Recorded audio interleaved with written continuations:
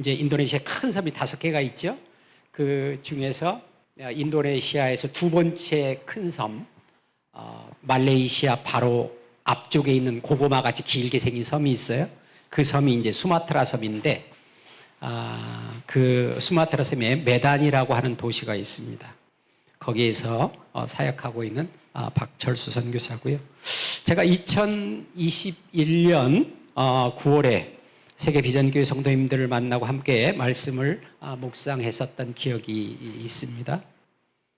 오늘 사랑하는 성도님들과 다시 이렇게 예배의 자리에서 만나게 되고 함께 할 수 있어서 너무 기쁘고 감사합니다. 우리 성도님들이 이미 다 아시는 것처럼 인도네시아 메단은 오 목사님과 또 성도님들께서 많은 사랑과 관심을 오랫동안 지속적으로 섬겨주셔서 아름다운 열매들이 계속해서 맺히고 있는 나라 중에 하나입니다. 아까 제가 주보를 봤는데요. 주보에 이번 GVS 참석하는 인원들을 봤어요. 제일 많은 게 인도네시아인 것 같았어요. 왜 그럴까요? 그만큼 우리 존경하는 우리 목사님과 사랑하는 성도님들이 지속적으로 사랑을 보내주셨고 또 섬겨주셔서 그런 변화들이 있는 겁니다. 감사하다는 말씀을 드리고요. 무슬림이 90%인 나라에서 예수를 믿는 기독교인으로 살아가는 것 굉장히 어렵습니다. 대단히 어렵고 특별히 특별한 결단이 필요한 삶입니다. 엄청난 불이익과 차별을 감내해야 하는 삶이에요. 인도네시아 같은 무슬림이 90%인 나라에서 사는 무슬림들, 그 사람들이 이제 인도네시아의 주류 세력이기도 하고 주류이기도 한데요. 그 사람들에게 이슬람은 단순한 종교가 아니에요. 그 사람들에게 이슬람은 그들의 삶 자체입니다. 문화이고 또 공동체이기도 해요. 개인의 문제가 아니에요. 우리는 이슬람을 하나의 종교로 이해하죠. 그것은 우리가 이제 대한민국에 살면서 기독교나 불교나 다 하나의 종교로 여겨지니까 그렇죠. 그런데 인도네시아나 무슬림 국가에서의 이슬람은 종교가 아니고 그들의 삶 자체입니다. 그들의 삶의 전부입니다. 그런 문화 속에서 마이너의 삶을 살아가는 소수의 기독교인들은 굉장히 힘겹고 굉장히 다양한 속상한 상황을 마주하게 돼요. 그들은 삶이 굉장히 버겁습니다. 그래서 그들에게 위로가 필요하고 우리가 그들의 손을 붙잡아서 다시 일으켜 세워줘야 합니다. 한국 기독교하고는 상황이 여건이 굉장히 많이 다릅니다. 그들에게 손을 잡아주는 주님의 신실한 믿음의 동역자들이 그들에게 필요하고 그들에게 소망을 바라볼 수 있는 믿음을 심어주는 주의 종들과 헌신자들이 필요합니다. 그래서 세계 비전교회 오 목사님과 사모님 그리고 사랑하는 성도님들의 사랑의 수고가 선교지에서 굉장히 중요하고 또 오랫동안 지속된 그러한 사랑의 섬김이 이제 열매들을 맺기 시작하고 있는 것이죠. 쉽지 않은 헌신입니다. 솔직히 선교사의 입장, 그 목사의 입장에서 보면 쉽지 않은 헌신이에요. 우리 사랑하는 성도님들도 그것들을 뒷받침하고 기도로 동역하느라고 굉장히 수고하시죠. 그런데 우리에게 위로가 되는 것은 우리의 이 헌신과 수고를 우리 주님이 하나하나 다 기억하신다는 거지. 그 하나님의 기억이 없으면, 하나님의 인정하시 없으면 우리가 얼마나 어렵고 불쌍한 사람들이에요. 놀랍게도 오늘도 살아계셔서 우리 삶 가운데 일하시는 그 하나님이 우리의 그 하나하나의 헌신을 기억하신다는 것이죠. 우리 삶에 복을 주시고 또 우리에게 상 주시리라고 확신합니다. 아까 좀 전에 사모님 말씀하시는데 식사 얘기하시더라고요. 100수십 명씩 식사를 계속 제공하려면 얼마나 힘들어요. 안 해본 분들은 잘 몰라요. 저희 교회도 이제 교회 학교까지 이렇게 하면 성도들이 이제 매주일 식사 함께하는 성도들이 한 130명에서 150명쯤 돼요. 매주일 밥을 해서 제공을 합니다. 인도네시아에는 점심 식사를 하는 교회가 거의 없어요. 우리 수마트라 쪽에서는 어쩌면 저희 교회가 유일한 교회일 겁니다. 그래도 힘들고 버겁지만 열심히 섬겨요. 왜 그런가요? 우리의 사랑의 수고가 모든 사람들에게 위로가 되고 격려가 되고 또 그 수고를 우리 주님이 아실 것을 우리가 알기 때문에 어렵고 힘들지만 더 큰 축복을 내 삶과 우리 자녀들의 삶 속에서 하나님이 이루실 것을 알기 때문에 우리가 그 수고를 하는 겁니다. 기쁨으로 감당을 하는 것이죠. 그 큰 사랑과 헌신에 대하여 인도네시아 모든 선교사들을 대신해서 감사하다는 말씀을 제가 드립니다.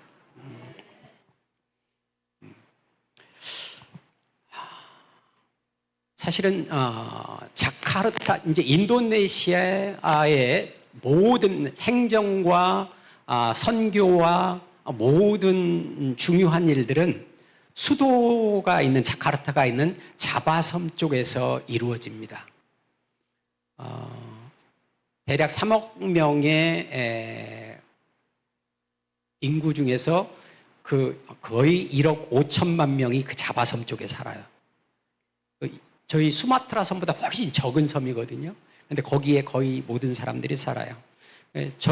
따지면 메단은 사실은 변방인데 인도네시아 도시에서는 변방에 속하는 섬인데 또 하나님께서 불러주셔서 주의 종으로 일할 수 있도록 인도하시고 오늘 특별히 세계비전교회의 목사님과 성도님들께서 귀한 말씀의 자리를 허락해 주셔서 다시 한번 감사하다는 말씀을 드립니다. 잠시 후에 제가 제 소개를 잠시 하고요. 또 선교제에서 일하는 성령님의 일하심에 대해서 제 삶 속에는 일하시는 하나님에 대한 간증이 굉장히 많아요. 많은 분들이 책을 써라 그렇게 얘기를 하는데 아직은 제가 게을러서 그 일을 아직은 못하고 있습니다. 오늘은 그 중에서 일부 간증을 제가 함께 나누기도 할 거고요. 제 소개를 하기 전에 잠시 영상을 통해서 찬양 한 곡을 듣고 그리고 이야기를 이어가도록 하겠습니다. 광야를 지나며라는 찬양입니다. 우리 잠시 그 찬양을 듣고 이야기를 나누겠습니다.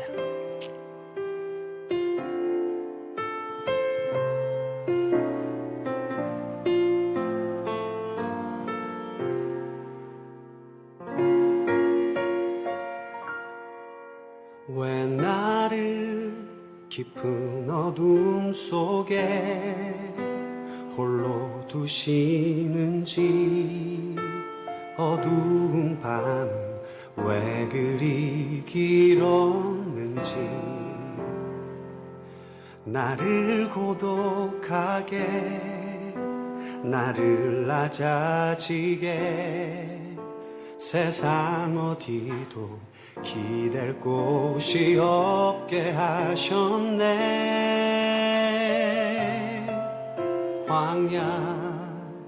광야에 서 있네.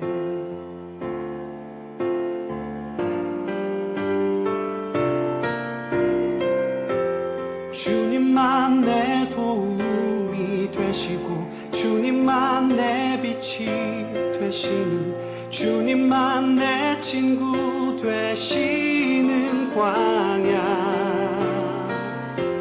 주님 손 놓고는 단 하루도 살 수 없는 곳 광야. 광야에 서 있네.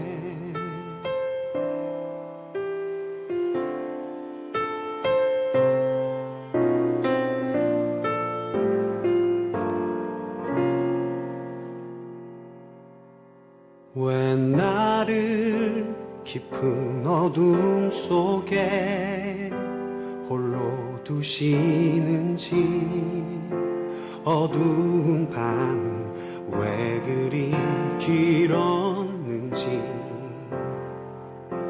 나를 고독하게, 나를 낮아지게 세상 어디도 기댈 곳이 없게 하셨네.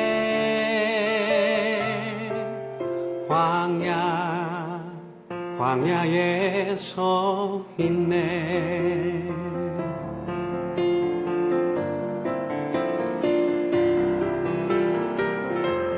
주님만 내 도움이 되시고, 주님만 내 빛이 되시는, 주님만 내 친구 되시는 광야. 주님 손 놓고는 단 하루도 살 수 없는 곳 광야.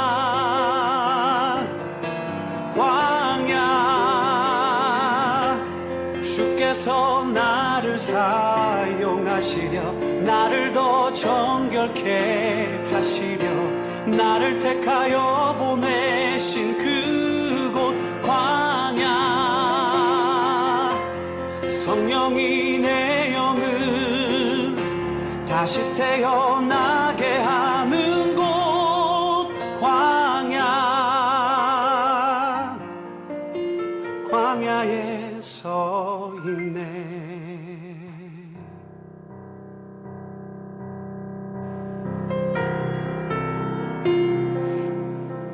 내 자가 산산이 깨지고 높아지려 했던 내 꿈도 주님 앞에 내어놓고, 오직 주님 뜻만 이루어지기를, 나를 통해 주님만 드러나시기를.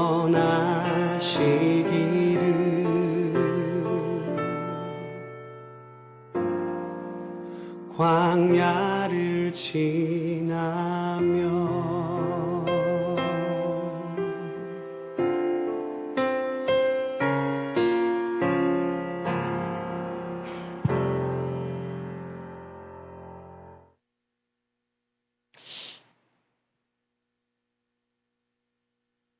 오늘 제가 어느 교회를 갔는데 어떤 형제가 이 찬양을 특송을 했어요. 들으면서 얼마나 은혜가 되는지요. 그리고 지금까지 살아왔던, 때로는 원망도 하고 하나님을 원망도 하고 답답해하기도 했던 여러 가지 것들이 머릿속에 생각나면서 우리의 모든 고백들이 저 속에 들어있구나. 그렇지만 마지막의 고백처럼 내 믿음도 그렇게 고백할 수만 있다면 얼마나 즐거운 신앙생활이 될까 하는 그런 생각을 했었어요. 우리의 삶은 누구나 광야와 같습니다. 누구에게나 밤 같은 어두움이 우리 삶을 덮을 때가 있어요. 너나 할 것 없습니다. 저나 성도님들 아마도 다 마찬가지일 거예요. 세상 어디에도 기댈 곳이 없는 그런 고독을 경험할 때도 있습니다. 그런데 우리 주님은 나를 사랑하신다고 고백하신 그 주님은, 그리고 내가 사랑한다고 날마다 고백하는 그 주님은 왜 나를 그곳에 그렇게 오래 그냥 놔두시는지 알 수가 없을 때가 있어요.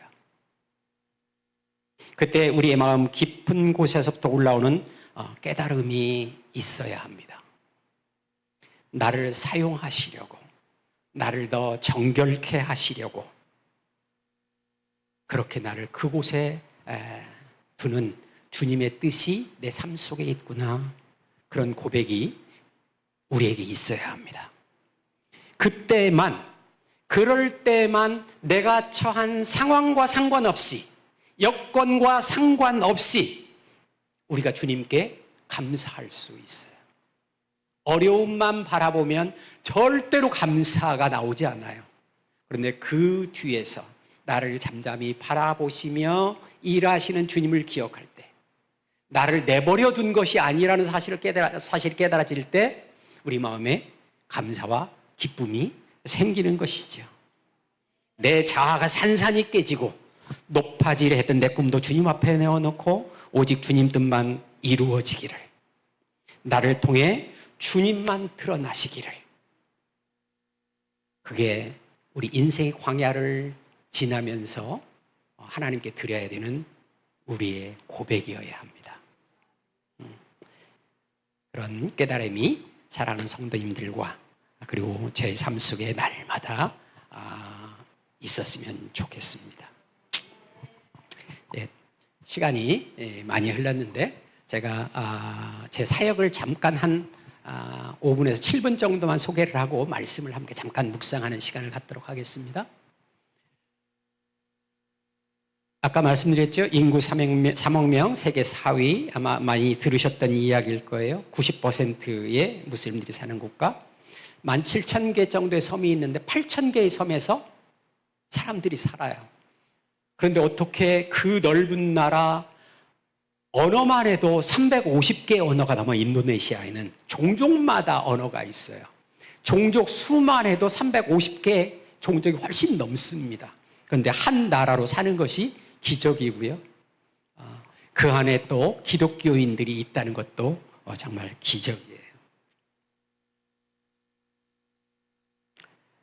저희 가족입니다. 제 아내고요. 그 옆에 저희 딸입니다. 지금은 이제 인도네시아 선교제 함께 살다가 그곳에서 대학 졸업하고 이제 귀국해서 직장 생활하면서 이제 결혼도 한 저희 딸이고요. 그 뒤에 있는 게 저희 사위입니다. 그리고 오른쪽 뒤에 있는 게 제 둘째 아들입니다. 지금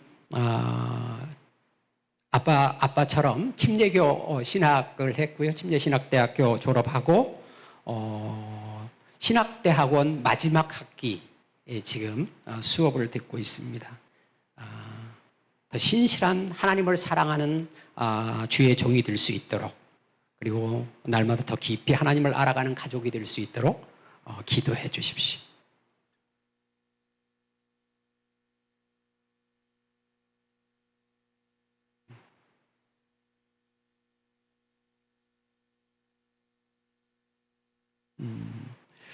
저는 2008년도에 아름다운 교회, 서울에 있는 아름다운 교회에서 부사역자로 사역을 하다가 인도네시아 선교사로 파송을 받았습니다. 가서 1년 반 정도 언어 수업을 하고 반둥이라는 곳에서 언어 학교를 다녔어요. 그리고 나서 바로 메단 사역지로 갔는데 1년 반이라니까 긴 것 같죠.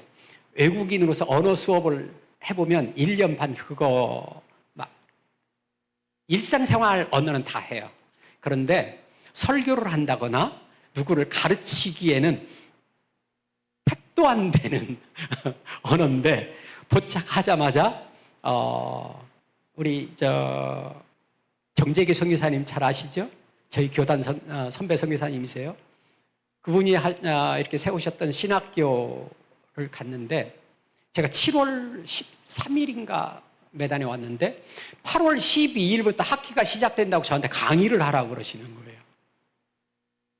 그것도 강의안을 뭘 준비해서 주고 뭐 이런 것이 아니라 한국의 장로교 그 교수님이셨던 김득중 목사님이 쓰신 신약개론이라는 책이 있어요.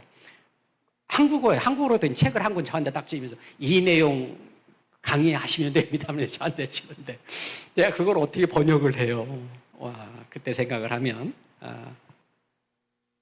첫 시간 쫙 들어갔는데 대학원생 2명하고 한 6, 7명의 목사들, 그 다음에 나머지 신학생들 해가지고 한 32명이 딱 앉아 있는데 이제 받으시 인사말 할 정도의 실력인데 와서 굉장히 고생했던, 당황하고 고생했던 기억이 납니다. 그런데 기가 막힌 것은요, 첫 해 제가 그렇게 말도 안 되는, 나중에 돌아보니까 제가 가르쳤던 내용이 잘못 가르친 것도 엄청 많아요. 번역이 잘못돼가지고 정말 나중에 한 2, 3년 지난 다음에 제 강의안을 다시 점검을 해보니까 정말 우리 학생들한테 부끄럽더라고. 그럼에도요, 그때 아무것도 모르는 제가 가서 강의했었을 때 들었던 그 친구들 중에서 저희 교회 사역자들이 다 나왔고요, 지금 목사 되고 전도사 되어서 그 친구들이 다 파송돼서 나갔습니다. 부족해도 하나님이 일하시면 다 이루시는구나, 그런 것들을 생각을 했었어요. 여기 써있는 마루음 목사, 리차드 전도사, 소나 전도사, 다 그 친구들이에요. 그 친구들. 그 친구들이 다 교회 개척에서 나간 친구들입니다. 제가 인도네시아 사역은 한마디로 말하면 예수 공동체를 세우는 일입니다. 예수 공동체를 세워야 하는 이유는 아까 말씀드린 것처럼 무슬림 사회는 공동체 사회예요. 그들의 삶이기 때문에 그들끼리 모여서 삽니다. 기독교인들은 다 흩어져서 어렵게 주변에서 살아요. 그런데 무슬림들은 똘똘 뭉쳐서 공동체를 이루고 살아요. 그래서 우리도 예수 공동체를 만들어서 서로 격려하고 돕는 공동체가 생겨나야 됩니다. 그래서 저의 목표는 인도네시아의 예수 공동체를 곳곳마다 세우는 것입니다. 삶이 고단한 사람들에 대해서 관심을 갖기 위해서, 목자와 목녀들에 대한 격려와 나눔이 필요해서, 그리고 신방에서 이렇게 돌보아주는 일들이 필요하기 때문에 너무 어려우니까요, 제가 지금까지 사역을 하면서 제가 능력이 있어서가 아니라 제가 간절한 마음으로 손을 얹고 기도해주는 남성 성도든 여성 성도이든 제가 손을 얹고 기도해 주는데 울지 않는 성도를 제가 본 일이 없어요. 왜 울을까요? 제가 능력이 있어서가 아니에요. 기도해 주고 보듬어 줄 때 그들이 마음속에 그 한과 응어리졌던 것들이 막 쏟아져 나오는 거예요. 무얼로요? 눈물로. 예수 공동체는 그게 필요해요. 그리고 나면 그 사람들이 그 다음 주부터 나와서 예배드리는 자세가 달라져요. 그래서 예수 공동체가 필요합니다. 그리고 교회 개척의 꿈이 저한테는 있어요. 제가 신학교에서 한 5년 정도 교수 사역을 했는데, 교수 사역하고 나서 졸업생들이 계속 해마다 나오잖아요. 근데 이 친구들이 나가서 대학을 졸업했으니 개척도 하고 부사역자로도 가고 그래야 되는데, 제가 교수 사역을 할 때는 거의 그렇게 사역을 하는 친구들이 극히 소수밖에 없었어요. 나머지는 마음은 뜨거운데 나갈 수가 없어요. 돕는 사람도 없지, 재정도 없지, 갈 곳도 없어요. 교회들이 열악하니까 부사역자를 둘 수가 없어요. 부사역자를 두면 사역비를 줘야 되는데 방법이 없잖아요. 그러니까 안 써요. 그럼 개척 나가려면 경험도 없지, 지식도 없지, 돈도 없어요. 그들을 보면서 하나님께 기도를 했어요. 주님, 이들이 공부하고 나가기는 하는데 나가서 저렇게 하고 있으면 어떡하지요? 하나님, 이들의 길을 열어주셔야 합니다. 기도했는데 하나님이 저한테 하시는 말씀은, 길이 없으면 내 눈에는 보이지 않냐? 네가 해라 그 일. 그래서 제가 굉장히 두려운 마음이 있었는데 교수 사역을 5년 만에 딱 내려놓고 제가 그 일을 맡아서 하겠습니다. 그래서 교회 개척을 한 거예요. 그때부터 사역자들을 제가 저희 교회에 데려다가 3년 내지 4년 정도 훈련을 시켜서 목장교회, 가정교회 형태로 파송을 내보내고 있습니다. 지금까지 저희 성도들과 함께 그 일을 계속해서 하고 있어요. 선교지에서 선교사가 할 수 있는 일은 한정적이에요. 제가 개인적으로 전도를 해도 몇 명 하겠어요. 가장 중요한 일은 선교지에서 선교사가 하는 일은 주님의 일꾼, 능력 있는 주님의 일꾼을 세우는 일이에요. 그 일꾼들을 잘 세워서 곳곳마다 파송해서 내보내서 그들이 제 역할을 감당하는 겁니다. 디모데처럼. 그러면 저는 혼자지만 저와 함께 했던 많은 우리의 사역자들이 놀랍게 저보다 5배, 10배의 열매들이 맺혀지는 거잖아요. 저희 교회를 통해서 지금까지 2명의 목사가 배출이 됐고요. 5명의 전도사가 안수를 받았습니다. 인도네시아는 저희 특별히 저희 침례교단, 인도네시아 침례교단에서는 전도사도 안수위원들이 모여서 축도하고 안수해서 전도사를 세웁니다. 전도사도 안수를 하고 목사도 안수를 해요. 그래서 7명의 사역자가 목회자가 됐고요. 8명의 저희 교회는 8명의 장년 목자가 있습니다. 그리고 6명의 청년 목자가 있어요. 청년 목자, 6개의 청년 목자, 6명의 청년 목자 그렇다는 얘기는 청년 목장이 6개가 있다는 이야기예요. 8명의 장년 목자, 그러면 장년 목장이 8개가 있는 거거든요. 그 안에서 예수의 사랑을 경험하고 함께 해나갑니다. 이제 우리 사역의 모습들입니다. 잠깐만 보겠습니다. 이제 여름 성경학교 하고 있는 매년 1년에 한 번씩 방학하면 여름 성경학교를 저렇게 합니다. 그리고 저희 중고등부 예배가 있고 청년부 예배가 별도로 있습니다. 저희는 침례교회 목사니까 저희는 침례를 줘요. 세례를 안 하고 침례를 줍니다. 침례는 아시겠지만 옆에 사진 보면 이렇게 침례탕이 있죠. 물이 있습니다. 그리고 완전히 몸이 물에 잠겼다 일어나는 그런 침례를 합니다. 지금까지 침례를 받고 신앙을 고백하고 하나님과 성도들 앞에서 나는 이제 예수 믿는 사람입니다. 새 삶을 살겠습니다. 이렇게 반드시 고백을 해야 침례를 줘요.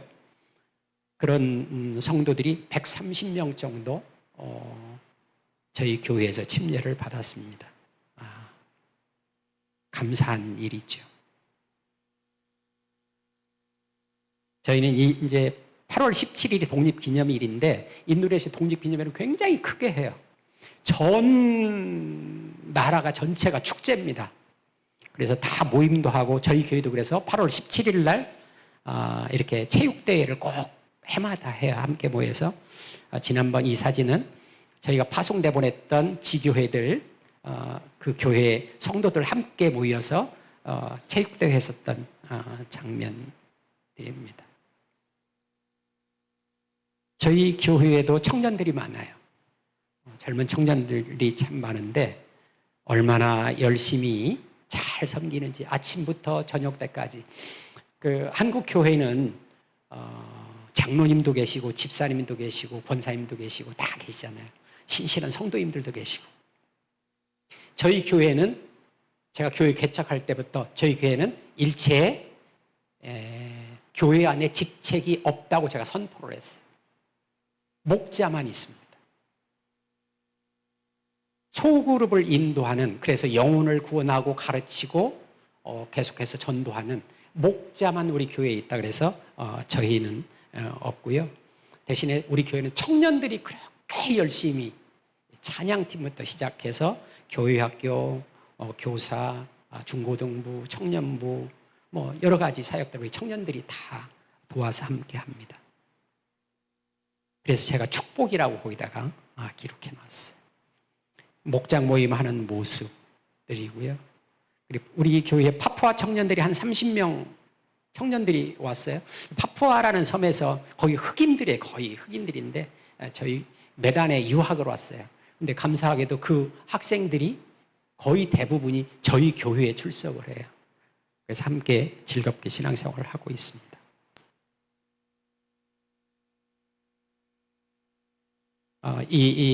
그 교회건축 이 이야기는 이따 여기 설교하면서 잠깐 제가 얘기할 거고요. 기도 제목입니다.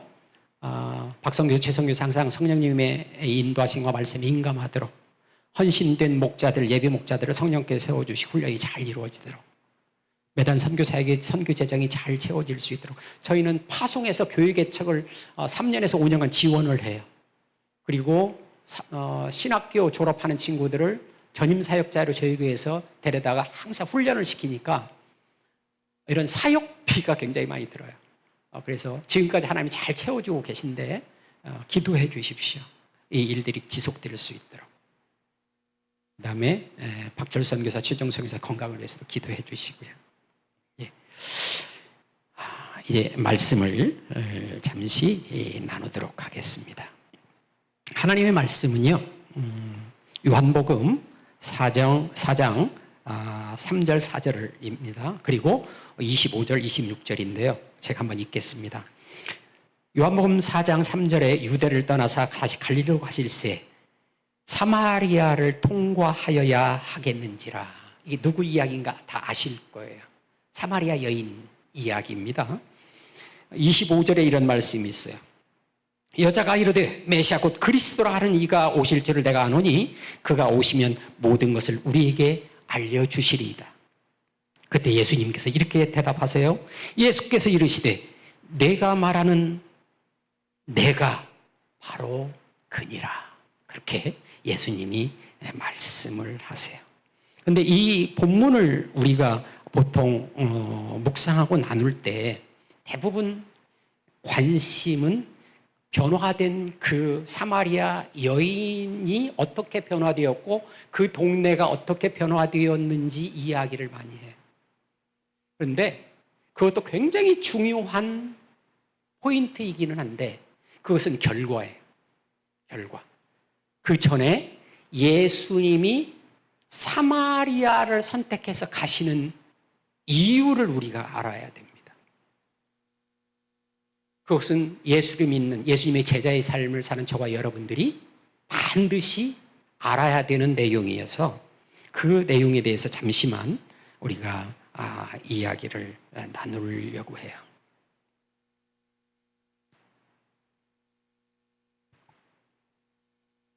오늘 우리가 본문 이야기를 제가 잠시 나누는데 그 기본적인 내용은 한 영혼을 끝까지 사랑하시고 그 사람을 통해서 하나님의 일을 나타내시는 예수님의 놀라운 사랑의 이야기예요. 대부분 우리는 사랑을 하면서 설레였던 기억들을 다 가지고 있습니다. 사랑하는 사람을 만나러 가는 발걸음들은 항상 가볍습니다. 거리와 상관없이 가볍습니다. 힘들고 지치지 않습니다. 직장에서 6시쯤 직장을 끝내고도요, 서울에서 대전까지 내려가서 데이트를 하는 사람들도 있습니다. 그 밤에. 이해가 안 돼요. 그런데 그 사람들한테 연애하고 있는 그 사람들, 서로 사랑하는 사람들끼리 이 얘기를 들어보면 정말 얘기가 돼요. 또 그 사람들 얘기 들으면.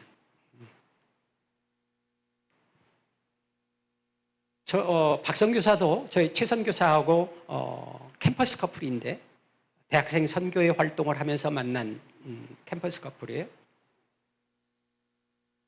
박성교사가 24살, 저하고 5살 차이에요. 제가 24살이었고 제 아내가 19살, 이제 막 대학 들어왔을 때 저희가 처음 만났어요. 이제 한 6년 정도 연애를 했고요. 뭐 때로 길게 연애를 했으니까 다툴 때도 있기도 했고 행복할 때도 있었지만 저는 졸업을 하고 직장 생활을 서울에서 하게 됐고요. 제 아내는 다른 지방 도시에서 교사로 일을 하게 아이들을 가르쳤어요.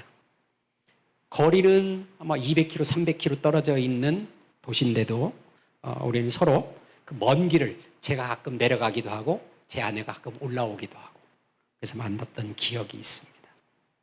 그래도 전혀 지치지 않았어요. 여러분들도 아마 비슷한 경험을 했거나 하고 있는 분들도 계실 겁니다.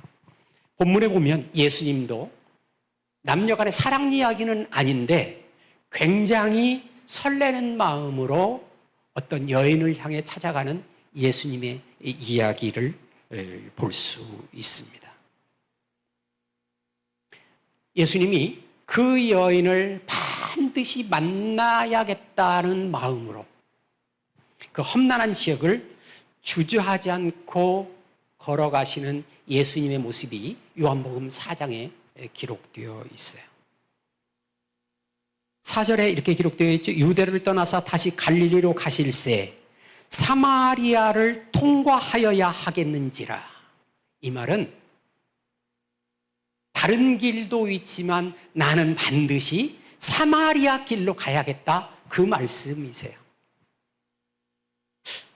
여러분, 이스라엘 지도를 조금 제가 말씀드릴 텐데 기억을 잘 해보십시오. 갈릴리 바다가 있어요. 갈릴리 호수가 있고 요단강이 길게 아래로 내려와 있습니다. 그 밑에 사해가 있어요. 보통 이게 예루살렘 유대 지역이, 예루살렘을 포함한 유대 지역이 그 왼편에 있습니다. 요단강 왼편에 있어요. 사마리아도 요단강 왼편 중간쯤에 있습니다. 갈릴리가 사마리아 그 위쪽에 있어요. 그렇기 때문에 당시 이스라엘 사람들은 예루살렘에서 갈릴리 쪽으로 올라가려면 강을 건너서 요단강의 동편길을 통해서 갈릴리 쪽으로 올라갔어요. 여러분들도 아시지만 사마리아에 사는 사람들은 원래 이스라엘 백성이기는 하지만 이방 사람들과 피가 섞여서 이스라엘 백성들은 이방 민족처럼 여기는 사람들이잖아요. 그래서 전해지는 말에 의하면 그때 당시에 이스라엘 사람들은 사마리아라는 말 자체도 하기 싫어했다고 그래요. 말하는 거, 그 사람들과 말하는 거 이런 건 떠나서 사마리아라는 말 자체를 하기 싫어했다고 그래요. 그런데 오늘 본문에 보면 예수님이 그 사마리아로 나는 꼭 가야 되겠다, 그렇게 말씀을 하세요. 가야 하겠는지라. 돌아가지 않겠다는 말씀이세요. 그런데 그 사마리아 지역은 광야고요, 굉장히 무더운 사막 같은 지역이 있고요, 무덥습니다. 사람이 살지 않는 지역이 계속되는 그런 지역이에요. 그런데 예수님이 그 길을 가시겠다고 제자들한테 말씀을 하세요. 제자들이 굉장히 이상했을 거예요. 왜 하필이면, 그리고 본문에 보면 예수님이 12시 정도에 그 여인을 만나거든요, 우물가에서. 그러면 그 한낮 그 뜨거운 길을 걸어가셨다는 이야기잖아요. 왜 그렇게 목마르고 거칠고 어렵고 그 길을 왜 예수님이 그렇게 꼭 걸어서 그곳까지 가려고 하셨을까? 우리가 그 예수님의 마음을 이해할 수 있어야 돼요.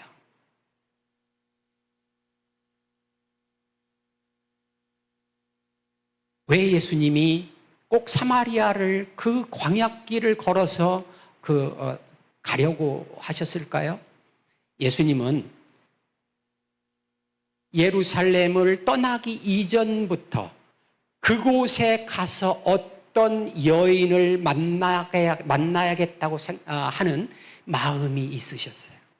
정말 갈급해하고 아파하고 길을 찾지 못하는 어떤 여인이 거기에 한 사람이 있는데 내가 그 여인을 만나야겠다, 그런 마음이 있으셔서 예수님은 다른 길로 가지 않고 그 어려운 사마리아 길을 건너서 수가라는 성에 가시는 거예요. 그곳에는 지금 자기의 삶 때문에 굉장히 많이 고민하는 여인이 있습니다. 우리가 아는 것처럼 그 여인은 남편이 5이라고 기록되어 있어요. 다섯을 거느리고 살지는 않았을 거잖아요.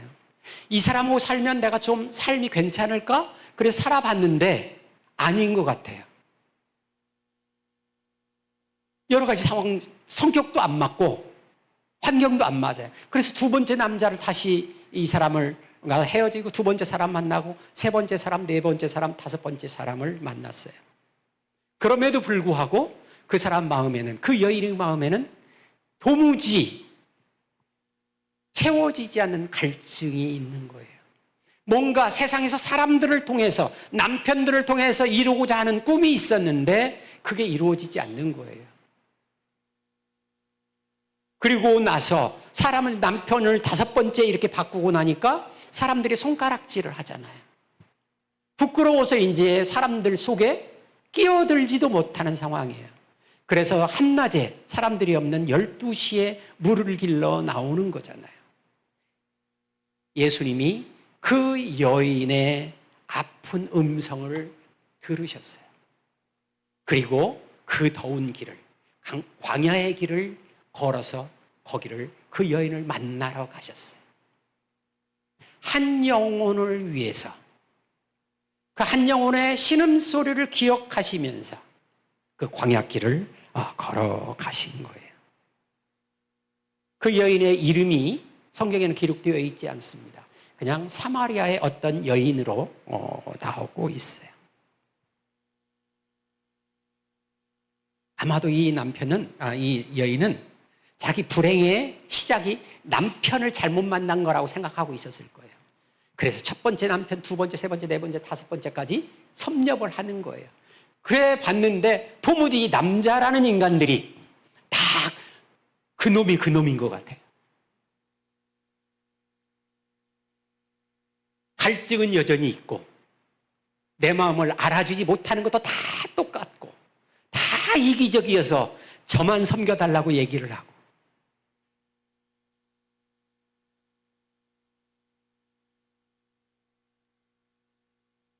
어쩌면 남편이, 소망이었던 남편이 원수가 되었을 거예요, 이 여자한테는. 그런데 그 여인을 위해서 예수님이 그 사마리아에 왔습니다.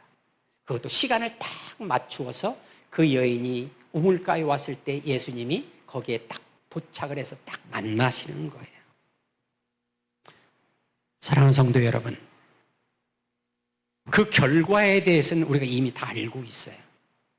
그런데 중요한 것은, 제가 오늘 말씀을 통해서 제가 함께 나누고 싶은 것은, 한 여인의 아픈 마음을 헤아리시는 주님이 아무 영문도 모르는 제자들과 함께 그 사마리아의 광야를 건너서 거기까지 그 여인을 만나러 가셨던 그 예수님의 마음이 우리한테 있어야 된다는 거죠.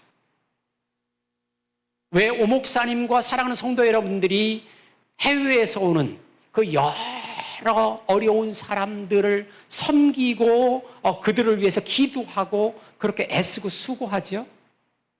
그 사람들의 아픈 마음과 그 사람들의 힘든 상황들을 우리가 알고 그들의 신앙생활이 얼마나 어려운지를 우리가 알기 때문에 그들을 돕고 섬기려는 거잖아요. 이것이 바로 예수 그리스도의 마음인 거예요. 여러분들이 힘드실 거예요. 저 틀림없이. 저는 아까 양장에서 잠깐 소개해드렸지만 제가 30대 때 저는 사업을 했었던 사람입니다. 저는 사업을 일찍 했어요. 제가 돈도 벌었었어요. 그때 사업할 때 돈 잘 벌었습니다.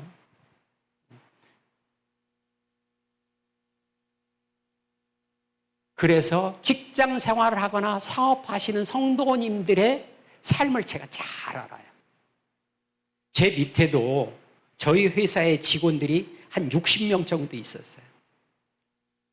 이사들부터 시작해서 부장, 과장, 대리, 평사원까지 60여 명이 있었으니까 제가 잘 알아요.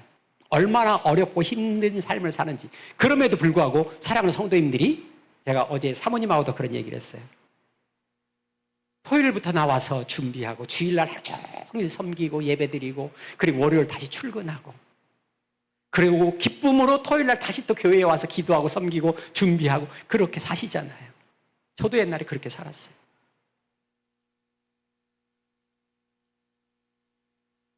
그렇지만 아까도 말씀드렸죠. 우리의 그 수고 헌신 우리 주님께서 다 아세요. 그래서 우리가 다시 설 수 있고 이 일들을 지속적으로 행할 수 있는 거예요. 예수님이 왜 그 땀나고 목마르고 어렵고 거친 광야를 가로질러서 사마리아 그 여인한테 갔습니까? 그 영혼의 아픔 때문에 그렇잖아요. 그러면 우리 모두에게 그 마음이, 예수님의 마음이 있어서 그 마음으로 섬길 수 있어야 돼요. 우리의 가장 큰 꿈은 무엇이어야 되냐면, 결론적으로 제가 한 가지만 말씀드립니다. 우리의 꿈이 무엇이 되어야 합니까? 예수님의 꿈을 이루어드리는 성도가 되는 거예요. 예수님이 무슨 꿈을 꾸시는지, 이 교회를 통해서 예수님이 이루고자 하시는 그 꿈이 무엇이었는지, 이 땅에 교회를 세우신 예수 그리스도의 뜻이 무엇이었는지 우리가 헤아리고, 그 일을 예수님이 성천하시면서 우리한테 맡기셨으니까 그 일들을 기쁨으로 감당하는 것이 우리의 비전과 꿈이 되어야 합니다. 그럴 때 주님이 우리의 눈물을 닦아주시고 우리를 격려하시고 우리를 위로하시고 그 일들을 지속해서 할 수 있도록 축복하시고, 그리고 주님이 약속하신 것처럼 우리 자손들을 축복하시는 거예요. 저는 선교지에서 수없이 많은 경험들을 하면서 삽니다. 제가 아까 간증한다고 얘기했으니까 한 가지만 간증하고 제가 마칠게요. 저희 교회가 자체 건물이 아니고요. 어떤 분한테 건물을 빌려서 무상으로 빌려서 이제 그 무상으로 빌릴 때 그것도 이제 간증인데, 저희가 살고 있는 지역이 상가 지역으로 개발될 지역에 있는 건물이에요. 원래는 몇 년간 한 4년 5년 사용하지 않던 건물에서 철거하려고 그랬는데 제가 부탁해서 제가 고쳐서 지금 쓰고 있는 건데, 그게 머지않은 장래에 거기가 상가 지역으로 개발이 됩니다. 그럼 저희는 이사를 가야 돼요. 근데 박 선교사가 안타깝게도 이사해서 건물을 살 만한 돈이 없어요. 땅을 살 만한 돈도 없어요. 그럼 우리 성도들 중에 그만한 재력이 있는 사람들이 있냐? 저희 교회는 100% 현지인 성도들입니다. 한 달 봉급이 20만 원, 우리 돈으로 20만 원, 30만 원의 삶을 사는 분들이 다 그런 분들이에요. 그분들이 헌금하는 것 우리 돈으로, 어떤 분들은 이제 인도네시아 돈으로는 5천 루피아, 그럼 우리 돈은 500원이에요. 인도네시아 돈으로 10,000 루피아, 그러면 그게 우리 돈으로 1,000원입니다. 그 정도를 헌금을 하기에도 버거운 사람들이에요. 우리 돈으로 300원, 400원 정도 하는 버스비를 내기가 어려워서 2km, 3km를 걸어오시는 저희 성도님들이시거든요.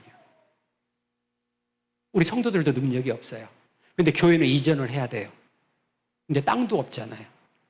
그래서 제가 저희 성도들한테 그렇게 기도를 부탁했어요. 여러분들이 아는 것처럼 박선교사도 박 목사도 돈이 없다. 여러분들도 돈 없지 않냐? 그런 방법이 뭐냐? 능력의 하나님이 우리를 도우시는 거다. 주께서 도우시면 이 기적이 일어날 수 있다. 그런데 거기에 덧붙여서 한 가지만 더 기도할 때 기도해 주라. 박성교사가 땅 주인한테 내가 돈을 얼마라도 가지고 가서 부탁하면서 더 가진 돈이 요거밖에 없는데 좀 땅을 좀 어떻게 저한테 싸게 주십시오. 이렇게 했으면 좋겠는데 그 돈마저 없으니까 그것 없이 하나님을 잘 믿는 하나님의 아들이 우리 교회의 사정을 헤아려서 이 땅 교회를 짓도록 저희가 헌물할게요. 이렇게 고백하는 일이 있도록 기도해 주라. 제가 실제로 그렇게 우리 성도들한테 이야기를 했고요. 저희 교인들이 4년간 그 기도를 했어요. 항상 기도할 때마다 그 기도를 했습니다. 4년간이요. 그런데 2년 전에 2년 전이죠. 그 구정이 주일이었던 적이 있어요. 근데 그때 제가 살고 있는 단지의 그 주인이 이제 한국 장로님이세요. 그분은 이제 자카르타에 사세요. 저하고 잘 이렇게 만나지 않았던 분들이 잘 모르는 분이었는데 그분이 전화가 저한테 갑자기 한 번 왔어요. 박사교사님, 제가 매단을 갈 일이 있어서 가는데 주일날 목사님 교회에서 예배를 좀 한번 드릴 수 있을까요? 장로님이 저희 교회에 오신다는데 얼마나 반가웠겠어요. 오시지요. 정말 주일날 그분이 오셨어요. 저희 예배에 참석했어요. 그리고 우리 성도들과 함께 예배를 다 드렸습니다. 그리고 나서 이제 저희 목양실에 가서 이제 차를 한 잔 대접하느라고 함께 이렇게 앉았는데 그분이 차를 마시면서 저한테 그렇게 말씀을 하시는 거예요. 목사님, 오늘 예배 속에서 굉장한 은혜를 받았습니다. 그래서 제가 한 가지 말씀을 드릴 일이 있어요. 그래서 말씀하시죠. 그랬더니 목사님도 아시죠? 이 땅 재개발 이제 개발해야 돼서 이사 가야 되시는 거 아시죠? 그래서 그렇습니다. 그랬더니 그분이 그래서 말씀인데요. 제가 그 문제 때문에 계속 기도하고 있었는데 하나님이 계속 제 마음을 이렇게 두드리시네요. 목사님이 이 단지 내에서 그 단지가 굉장히 큰 단지입니다. 목사님이 선택을 하시면 교회를 지을 장소로 선택을 하시면 그 땅을 목사님께 드리겠습니다. 하나님께 드리겠습니다. 제 귀를 의심했어요. 저희가 4년간 기도했잖아요. 제가 한 번도 그분한테 교회 땅에 대한 이야기를 해본 적이 없습니다. 그냥 단지 하나님께 하나님, 그런 분이 나타나실 수 있도록 하나님께서 그분의 어떤 분의 마음을 만져주시고 그 고백을 우리가 들을 수 있도록 해주십시오. 그 기도를 우리 성도님들과 저희가 4년간 기도했을 뿐이었는데 2년 전 구정날 그분이 오셔서 우리가 기도했던 그대로 선택하시면 그 땅을 드리겠습니다. 이렇게 말씀을 하시는 거예요. 근데 그 땅이라는 게 어디에 사용하지 않는 나대지가 아니에요. 저희는 주택단지라고 말씀드렸잖아요. 저희가 그 주택단지는 굉장히 비싼 지역이어서 그 주택단지 내에 교회를 지으려면 그 정도 땅이면 우리 한국 돈으로 3억에서 4억 정도의 돈을 줘야 살 수 있는 땅이거든요. 그분이 하나님이 만지시니까 그분이 우리의 기도대로 그대로 고백을 와서 하시더라고요. 살아계신 하나님, 우리의 삶 속에서 일하시는 하나님의 증거잖아요. 제가 그래서 우리 성도들한테 그 다음 주일날 그 이야기를 전했어요. 이렇게 앉아 계신데 우리가 그동안 얼마나 기도했지요? 우리가 4년간 기도했습니다. 어떻게 기도했어요? 그렇게 해달라고 기도했어요. 지난주에 그 일이 이루어졌습니다. 그리고 그 장로님 이야기를 제가 딱 했어요. 우리 성도들이 다 일어나서 박수 치고 손 흔들고 난리가 났었습니다. 사랑하는 성도 여러분, 이분이 우리 주님이세요. 저는 이 간증 말고도 굉장히 많은 간증이 있습니다. 그래서 저는 하나님이 있나 없나, 아니면 하나님이 내가 이 일을 진행하려고 그러는데 하나님이 도우실까, 그렇게 지금은 고민하지 않습니다. 제가 선교지에서 사는 근 20여 년 동안 아무것도 가진 것이 없는 제가 하고 싶은 일을 못한 적이 지금까지 한 번도 없어요. 그게 무슨 이야기입니까? 살아계신 하나님이 한순간도 빠짐없이 주의 일을 하는 사람과 동행하신다는 증거예요. 염려하지 마십시오. 사마리아의 그 먼 곳, 사마리아에 있는 어떤 여인의 아픔도 기억하셔서 그 광야길을 걸어서 그 여인을 만나주시는 예수님이 날마다 헌신하고 수고하며 예배드리는 우리의 기도를 듣지 않으시겠습니까? 반드시 들으십니다. 축복하십니다. 그 확신과 믿음이 우리 삶의 능력이 되시기를 축복합니다. 기도하겠습니다. 사랑하는 주님, 감사합니다. 성경 말씀을 통해서 한 여인의 아픔을 기억하시고 그 광야길, 거칠고 험한 땅, 목마르고 땀나고 끝없는 무더위를 마다하지 않고 걸으셨던 그 예수님, 그리고 그 여인을 만나 주셨던 그 예수님을 기억합니다. 우리 삶 속에서 일하는 주님을 기억합니다. 주님, 사랑하는 주의 귀한 자녀들이 광야 같은 삶 속에서 지치고 힘들 때마다 주님이 능력이 되어주시고 위로가 되어주시고 증거가 되어주옵소서. 주님이 말씀하신 약속은 반드시 이루어진다는 사실들을 이 땅에 사는 삶 동안, 살아가는 삶 동안 날마다 경험하는 주의 백성들이 다 되어지도록, 그리고 그 믿음으로 주의 일들을, 주님의 마음을 기쁘게 하는 주의 일들을 이루어가는 주의 백성들이 되어지도록 주님 축복하여 주옵소서. 감사합니다. 주님, 예수님의 이름으로 기도하였습니다. 아멘.